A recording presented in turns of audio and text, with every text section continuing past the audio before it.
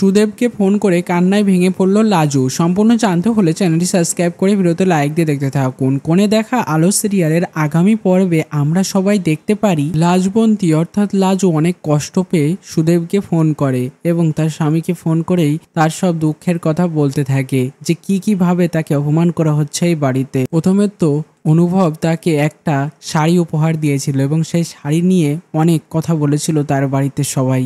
তাকে একটা কথা বলতেও ছাড়েনি, এতটা অপমান করেছে। এবং তারপরে রাগ করে দুপুরে না খেলে তার জন্য অর্ডার দিয়ে খাবার নিয়ে আসে অনুভব এবং সেই খাবারটা নিয়েও ঝামেলা করে বাড়িতে। আর ও আমার জন্য লুকিয়ে লুকিয়ে কেন খাবার নিয়ে আসে তুমি বলতে পারো?